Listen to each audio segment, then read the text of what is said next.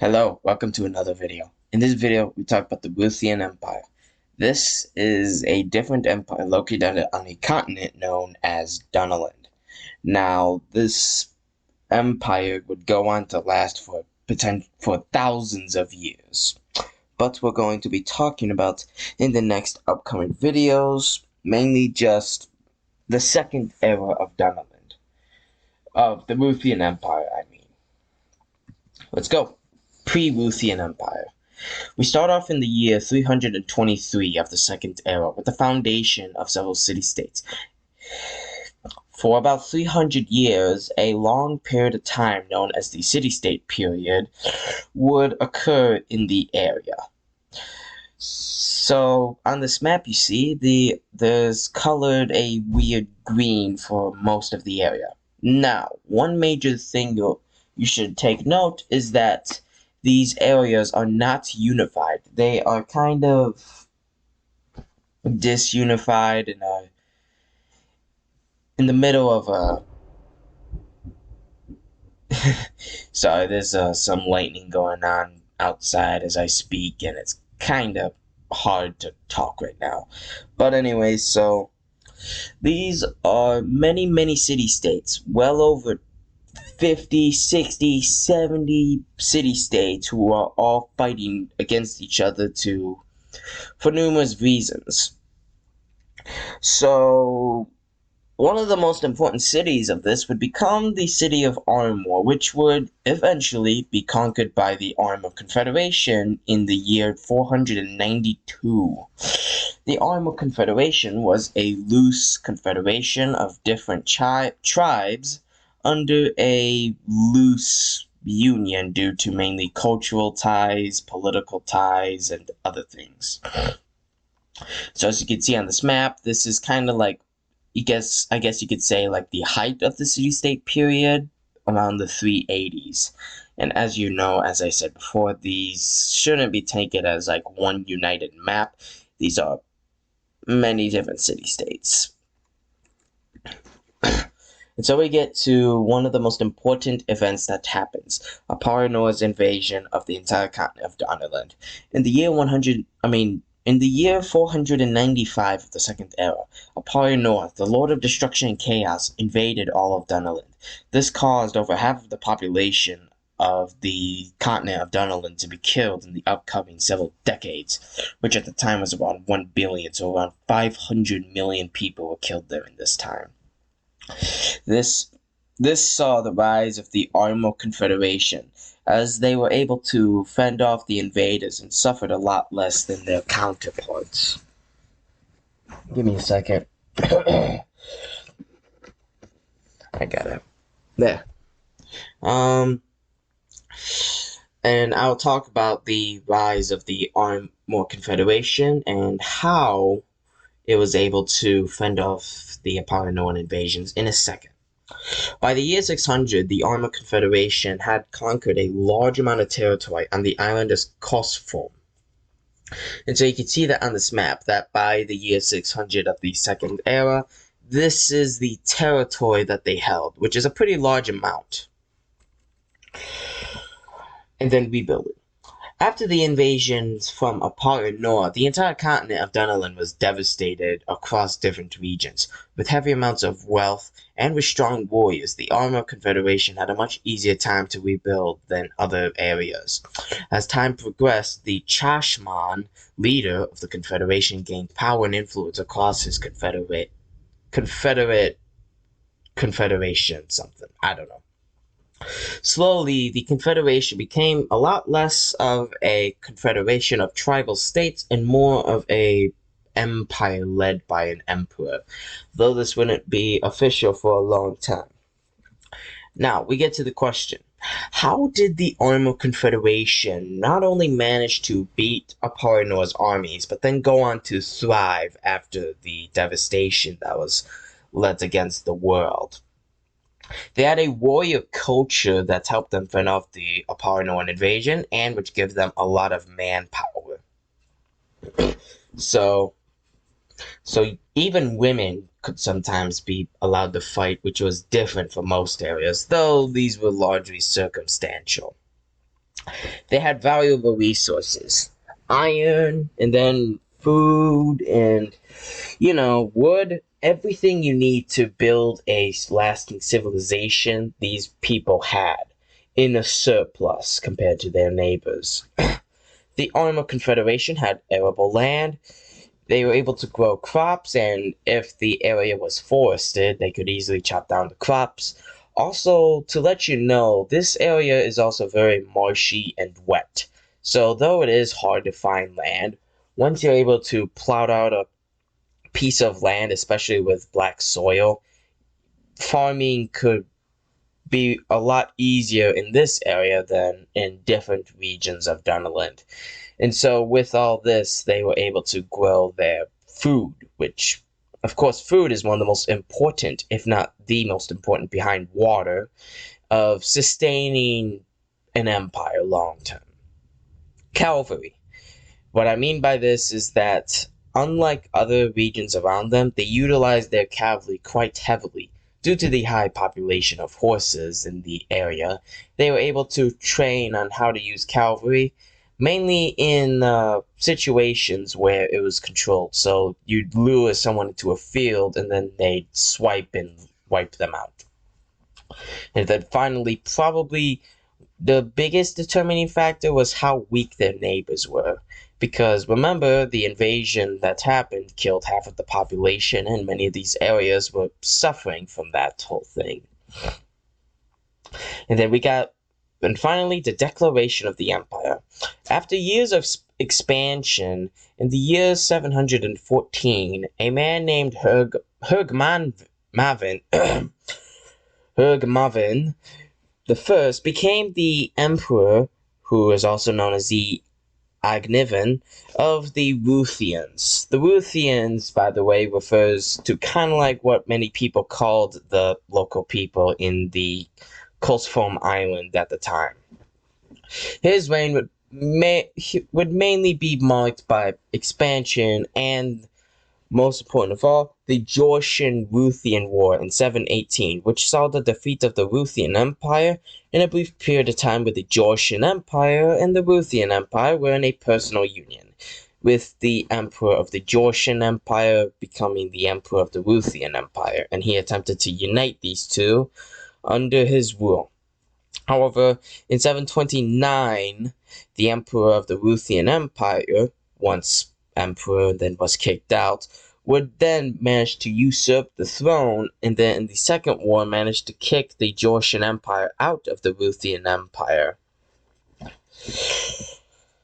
And so on this map, I forgot to tell you, is kind of an idea of what's going on. And this is circa 714 before all the wars. Here's the Georgian Empire, colored in blue, Ruthians colored in blue. So, in order to talk about this period of time, we should talk about, real quickly, the Georgian Empire itself. At this point, the Georgian Empire had lost its power within the region, which it used to have in the 500s to 600s of the Second Era. Even after Polynor's invasion, they were still under a golden age, but recently, due to many, many causes, they had begun a significant decline. Despite this, it was a very formidable and powerful empire who was able to defeat the Ruthians in nearly every land battle they faced against the Ruthians throughout the early and mid-700s. The Ruthians, however, had a much better navy, and thus oftentimes were able to prevent the Georgian Empire from invading the island of Coastfoam because of this better navy. And so you kind of see in a way, like a stalemate between these two, because one has a good navy but not a good army. Well, they have a decent army but not a good army, and one has one of the best armies of Dunderland but not a good navy. And so these two just kind of fight frequent wars with each other, which kind of develops a rivalry. So if you've seen the Nakarthan series on my channel, which you should check out, you can kind of see this like the Algamore and Narthan wars, and how Algamore and Nartha fought each other for centuries due to many issues. Now, this is a very different situation, but you could definitely make some parallels with the Kingdom of Naraka versus the Republic of Algamore. And then we get to probably another important figure, Seir the First. In the year 736 of the Second Era, the son of Hergmavin, Seir, took the throne. He immediately fought the Georgian Empire in a war known as the Ruthian Question War, where he managed to defeat the Georgian Empire in the war. Now, what's also significant about this is that the Ruthians won the Battle of Gezmal, which was a very important battle due to the fact that not only did they manage to defend against the Georgian Empire, but along with that, they proved that the Ruthian army was capable, especially under good leadership, and it also showed the decline of the Georgian Empire. Now, how was the Georgian Empire able to land on it and begin this battle anyways? Well, the crowning of the new emperor kind of caused delays, and so they were able to launch the invasion, and so that's how it was able to be done. After the war, which lasted for over 3 years, he established the Menvis Supergazian, which would become the army of the Ruthian Empire. After this, he built a gigantic palace known as the Menvis Palace and moved the capital from Armor to a city called Gezmal, located in the south. He also introduced a permanent navy to the empire and built port cities in Armor, Gezmal, and many other cities. And here on this map we can see the location of the two cities. Armor is located more of the center left, and then Gezmal is located pretty far south. Now, why did he move the capital? Simple. It was a easier place to kind of administrate things. And so, especially with his plans to kind of settle the coastline and make a trading empire along it, he needed a different capital, and so he chose Gezmal. Victory.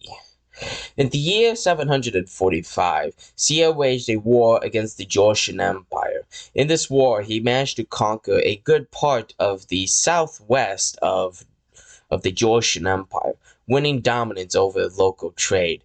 With this victory, the Ruthians established themselves as a regional power, overthrowing the Georgian Empire from the title. Further settlement and expansion would continue, with Seir's most notable being the war between the Ruthian Empire and the Kingdom of Holzemina, winning him the port city of Azgaman.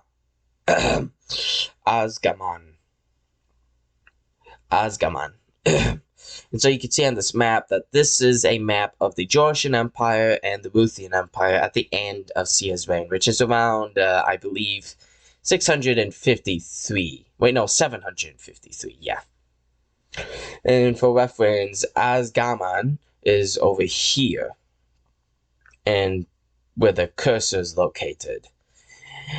And you see now that the Ruthian Empire was able to topple the Georgian Empire and take its place, essentially, as the power of the region.